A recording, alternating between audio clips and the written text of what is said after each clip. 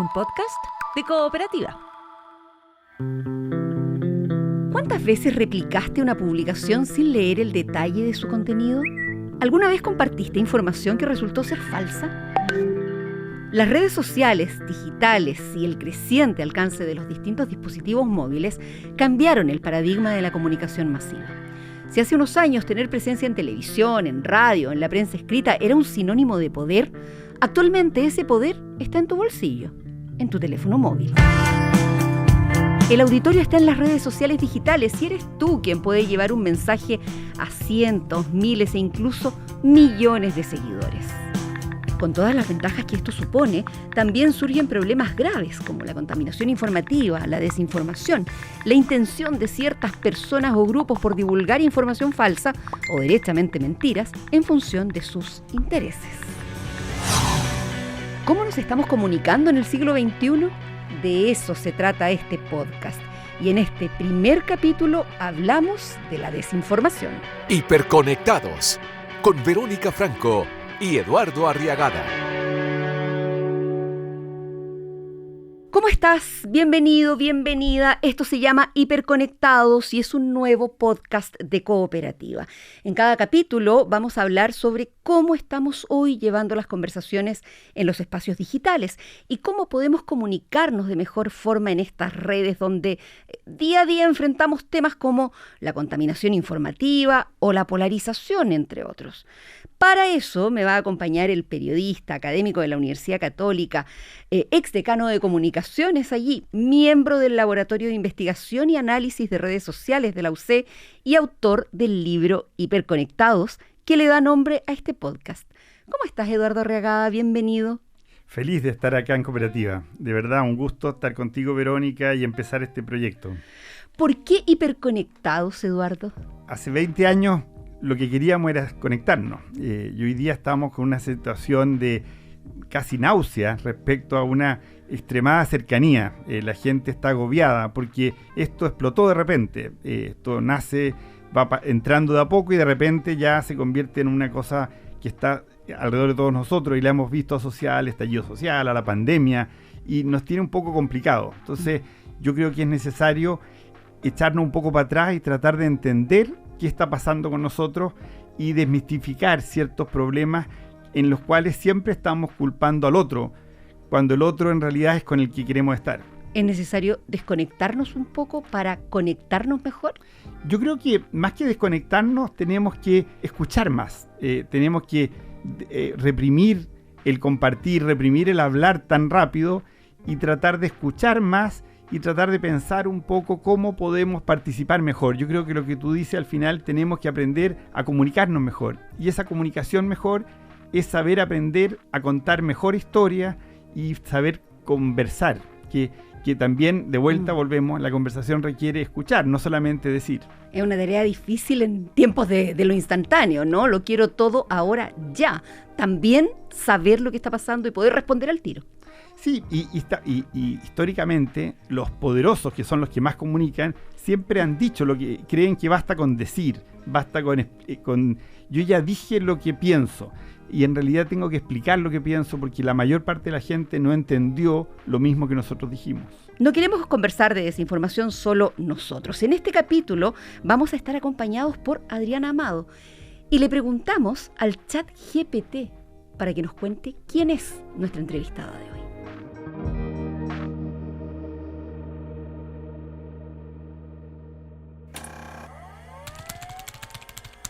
Adriana Amado es una socióloga argentina reconocida por su trabajo en comunicación y tecnología. Se destaca por su trabajo en el análisis de medios de comunicación y tecnologías de la información, especializada en temas de comunicación política y participación ciudadana. Además, ha colaborado en diversos proyectos de investigación, ha investigado temas como la brecha digital y participación ciudadana. Además, es docente en universidades y ha escrito varios libros sobre comunicación y sociedad en la era digital. Su enfoque se centra en entender cómo la tecnología impacta la vida cotidiana y las dinámicas sociales. Adriana Amado, para los legos como yo, resulta hasta extraño pensar en desinformación en una época de hiperconectividad. A ver si tú Eduardo, ¿me pueden explicar cómo es que los dos conceptos se cruzan, se relacionan y parece que hasta se impulsan uno con el otro? Bueno, Adriana. en realidad lo que estamos viendo es la aceleración de un fenómeno que existe desde que el mundo es mundo, que como es las informaciones equivocadas, las operaciones deliberadas, las bromas. Dentro del formato de desinformación entran muchas cosas, aunque lo que tienen en común es que suele ser aquello que le molesta al poder. Entonces, lo que vemos es que tenemos unos últimos años en donde la ciudadanía ha tomado por rienda propia la comunicación y entonces pone a circular cosas que antes se manejaban de manera mucho más organizada desde las áreas de comunicación de los gobiernos, de las empresas.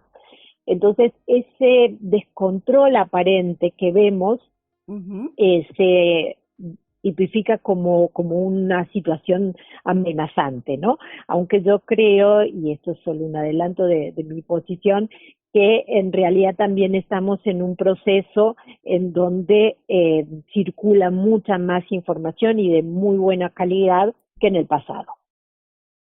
Sí, yo pienso que hay que entender que hay un cambio epocal y que venimos de un mundo donde el paradigma de la imprenta eran mensajes que se trabajaban muy bien, se preparaban muy bien y se presentaban a través de medios. Esos medios eran manejados por pocos dueños y tenían ciertos controles de calidad propios de una profesión, como el caso nuestro.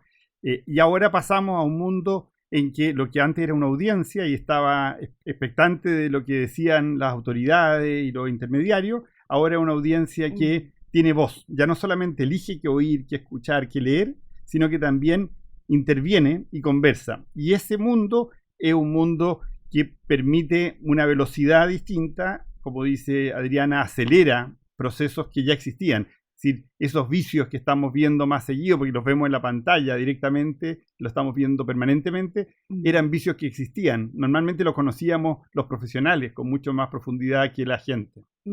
Hablamos de lo mismo cuando hablamos de desinformación, de posverdad, de fake news, aunque alguien me decía hace un par de días que no se habla de fake news porque las noticias, si son noticias, no son falsas y si son falsas, no son noticias. ¿Adriana? Bueno, las fake news en realidad se traducen apresuradamente como noticias falsas y en realidad son noticias simuladas. Muchas veces la desinformación adopta el ropaje de la noticia confiable justamente para colarse. Y de hecho hay estudios que muestran que una buena parte de la desinformación y de esas noticias imprecisas provienen de fuentes oficiales que usan medios propios o medios de propaganda para difundirla. La posverdad es la consecuencia, porque cuando estamos viviendo una época en donde el mensaje dominante es desconfía de todo, todos caemos en un relativismo y no confiamos en nada. De hecho, las conclusiones de estos tiempos es que hay menos gente confiando en noticias, hay menos gente consumiendo noticias, con lo cual lejos de esa manipulación que se temía, lo que resultó es un escepticismo generalizado. Justo ayer, antes de ayer, en una conversación con Daniel Innerarity en torno al lanzamiento de este libro, decía él que este voyerismo que tenemos a veces por las vidas privadas de los políticos también ha servido para esconder las verdaderas informaciones. Es decir, daba el ejemplo de Berlusconi, como estábamos hablando permanentemente de sus temas, sus fiestas, y no veíamos las políticas que estaba haciendo el gobierno de Berlusconi. Entonces, yo pienso que esto juega por distintos frentes y lo complicado es cómo ayudamos a que la gente sepa lidiar con estas mentiras que siempre han existido y parte del problema es que este mundo de mentiras hoy día tiene al frente a medios de comunicación independientes más débiles. Son medios que tienen menos recursos para hacer su trabajo que el que tenían hace 20 años. Porque la torta publicitaria se está repartiendo de una manera muy distinta, ¿no? Se va una gran mayoría, entiendo que sobre el 70% directamente a Google. Sí, y tenemos muchos medios, los medios audiovisuales, que funcionan solamente con publicidad. Entonces, ahí hay un tema complicado. Hoy día veíamos que el New York Times mejora el valor de sus acciones, ya que alcanza más de 10 millones de suscriptores. Es un nivel muy alto de ingresos desde los lectores, muy distinto a lo que nos pasa con los medios audiovisuales que tienen que funcionar con la publicidad, que es cada vez más escasa.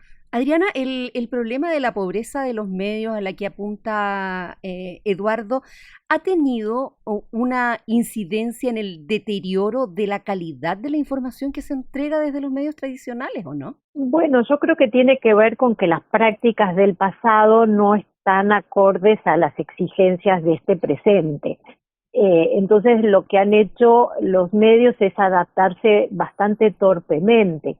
Antes tenían de alguna manera la centralidad de la producción y circulación de la información. Hoy no solamente son los ciudadanos en las redes sociales, son las propias empresas que tienen sus medios propios, sus boletines, sus cuentas en donde difunden mucho de su información, ni qué decir los gobiernos. Entonces, el desafío que tienen los medios no es ver cómo venden publicidad, sino cómo le dan valor a su información en un contexto en donde hay muchísima información disponible de manera gratuita. Al inicio de la conversación, Adriana, tú decías que este problema de las mentiras en el periodismo no es nada nuevo, ¿no? Que afecta a las democracias, que las ha afectado desde siempre. ¿Hay un interés por controlar esa agenda desde alguna parte? De hecho, creo que lo que describes es lo que es el eje de nuestra discusión, ¿no?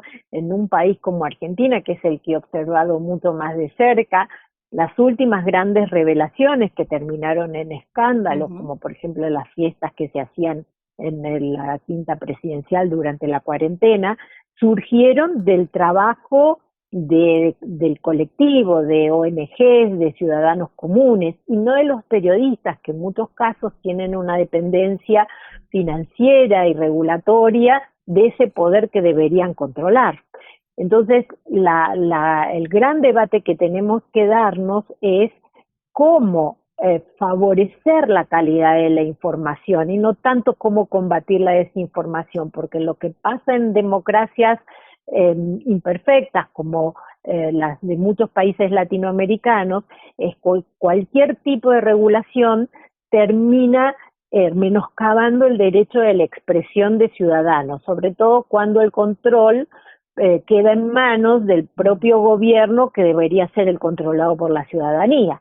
Entonces, aquí hay un tema, Adriana, sí, que yo creo que es interesante contextualizar, y es que en la democracia, desde el origen, desde la Revolución Francesa, cuando empieza el proceso, siempre la mentira tuvo un rol muy importante desde el poder. Es decir, el libro de Zweig de Fouché, que es como el político paradigmático, era un hombre que se dedicaba a destruir la imagen de terceros y a cambiar permanentemente su propia imagen. Entonces, el trabajo de los medios, el trabajo de los periodistas y el trabajo de la audiencia, ahora que se convierte en usuario, está en poder lidiar con esas mentiras, mentiras que nos rodean, tal como lo dices. Sí, y de hecho creo que es este gran desafío, ¿no? Corrernos de esta idea de que hay que prohibir o controlar la desinformación, que hoy los estudios confirman que es un aspecto marginal y que circula en ciertos nichos claves, como por ejemplo el político, de ahí su importancia, pero sí poner más foco en un sistema virtuoso en donde la calidad de la información y el acceso a fuentes verificables sea prioritario. Eso creo que solo ha demostrado que puede llegar a depurar este sistema a veces contaminado. La diversificación de las plataformas en que podemos encontrarnos con los medios de comunicación tradicionales, ¿ha ayudado o ha complicado esto de que estamos hablando? Esto de que encontremos los diarios hoy, ya menos en papel, la verdad, y sí en nuestro computador, en nuestro teléfono, en aplicaciones, en redes sociales. Bueno, yo creo que lo que ha contribuido es a esta conversación pública en la cual Cualquier ciudadano puede tomar una noticia, compartirla con sus amigos, comentarla, enmendarla.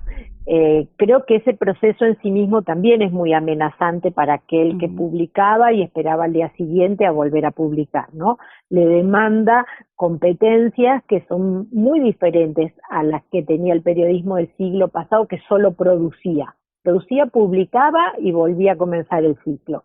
Hoy tiene que producir, publicar, conversar, revisar y recién entonces volver a publicar. Y ahí es donde tenemos el desafío, ¿no? Entender que hoy la comunicación no es difusión, sino que es un ida y vuelta, y hay muchos actores que no estaban preparados para eso. Le sumo solo la palabra actualización, porque los medios de comunicación hoy se están actualizando cada minuto prácticamente. Uno está mirando una noticia en uno y se encuentra con que el otro ya lleva 2 ideas adelante, ¿no? Yo creo que esa conversación, eso que tú hablas de actualización, tiene también una forma, uno la puede ver como una gran conversación. Es como un panóptico donde estamos viendo conversar a los medios, a la audiencia, a los políticos. Todos están en un proceso de conversación. Lo complicado es cómo nos integramos a esa conversación. La conversación tiene una ventaja muy grande respecto a la información. La información es un mensaje que va de arriba hacia abajo. La información es un proceso que tiene feedback, que permite clarificar errores, permite enmendar detalles. Y eso es un desafío muy grande, porque no es solamente qué página web está más actualizada, sino cuál es la que permite entender mejor lo que está pasando. Y ese proceso pasa también por la comunicación, por la conversación, perdón, por esta cosa del tono dialógico. Sí, creo que justamente ese es el punto más fuerte, y eso es lo que ha generado muchas reacciones, que en algunos casos también adoptan este ropaje de la desinformación, que es como lo de bien pensante, ¿no? Entonces, en muchos casos esa conversación es incómoda para el poder, es incómoda para el periodismo, no porque sea falsa, sino porque lo cuestiona. Y entonces lo más rápido es decir, nada de lo que se lee por ahí está bien, yo soy el experto, ¿no? Que es la típica posición que adopta un reaccionario, ¿no? Es decir, solo yo te lo puedo contar, y no en lugar de abrirse. Bueno, mientras nosotros tenemos estos debates, estas conversaciones académicas, ¿qué le decimos al lector, al televidente, al auditor, al usuario de las redes sociales? ¿Cómo nosotros podemos filtrar la información de mala calidad y no caer en la desinformación?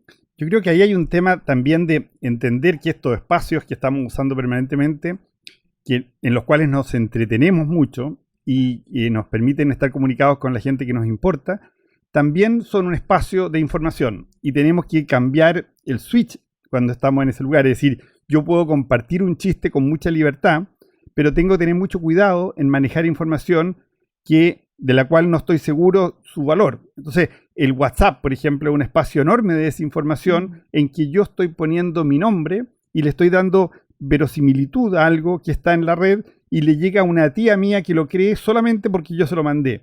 Ese proteger, como cuidar nuestras conversaciones de mentira, es una acción que tenemos que hacer cualquiera de nosotros. Yo creo que hay que cuidar a las tías, porque generalmente cuando se habla de la desinformación es siempre la misma tía que comparte las mismas cosas. Entonces, yo creo que se trata de una reciprocidad, ¿no? De seleccionar muy bien quiénes son nuestras fuentes de información. Y yo creo que lo hacemos naturalmente, y creo que tenemos identificados también en nuestros grupos quienes siempre son los inoportunos. En este caso, por ejemplo, a mí me ha pasado esta última semana que he recibido muchísima desinformación de colegas que en el afán de participar en la campaña política se prestan a campañas de gobierno. Entonces, creo que eso va cambiando, es muy dinámico, y el desafío es lograr una comunidad virtuosa, lograr contar con fuentes confiables, y yo creo que eso lo hacemos naturalmente, porque en última instancia nadie quiere vivir en el error. Todos queremos o creemos tener la información correcta. Entonces hay que confiar en esa vocación virtuosa que tenemos y apoyarla. ¿Y cuánto pesan ahí, por un lado, los bots? por el otro lado, el algoritmo de las redes sociales?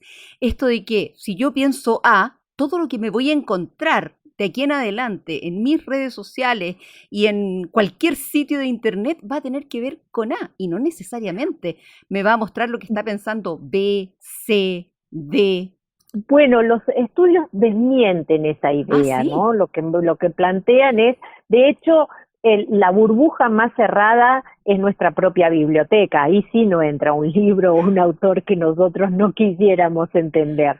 En cambio, en las redes sociales tenemos más chance de que entre alguna información disidente, ¿no? Posiblemente nos haga ruido porque nadie está obligado a pensar en su contra, pero sí es cierto que siempre tenemos más probabilidades de que en nuestras redes alguien nos envíe una noticia o un medio que habitualmente no hubiéramos consumido, que cuando teníamos una suscripción y recibíamos solo un periódico en nuestra casa y guardábamos celosamente los autores que entraban en nuestra biblioteca. Lo que pasa es que también ahí hay que entrenar el pluralismo y la receptividad, que es distinto, ¿no? Que pucha que nos cuesta si respondemos con harta política de cancelación a lo que no nos parece bien nomás. Es que estamos partidizados, tenemos nuestra idea y leemos solo lo que queremos leer y atendemos solo lo que creemos y reforzamos nuestros prejuicios. Nos Entonces, miramos el ombligo finalmente.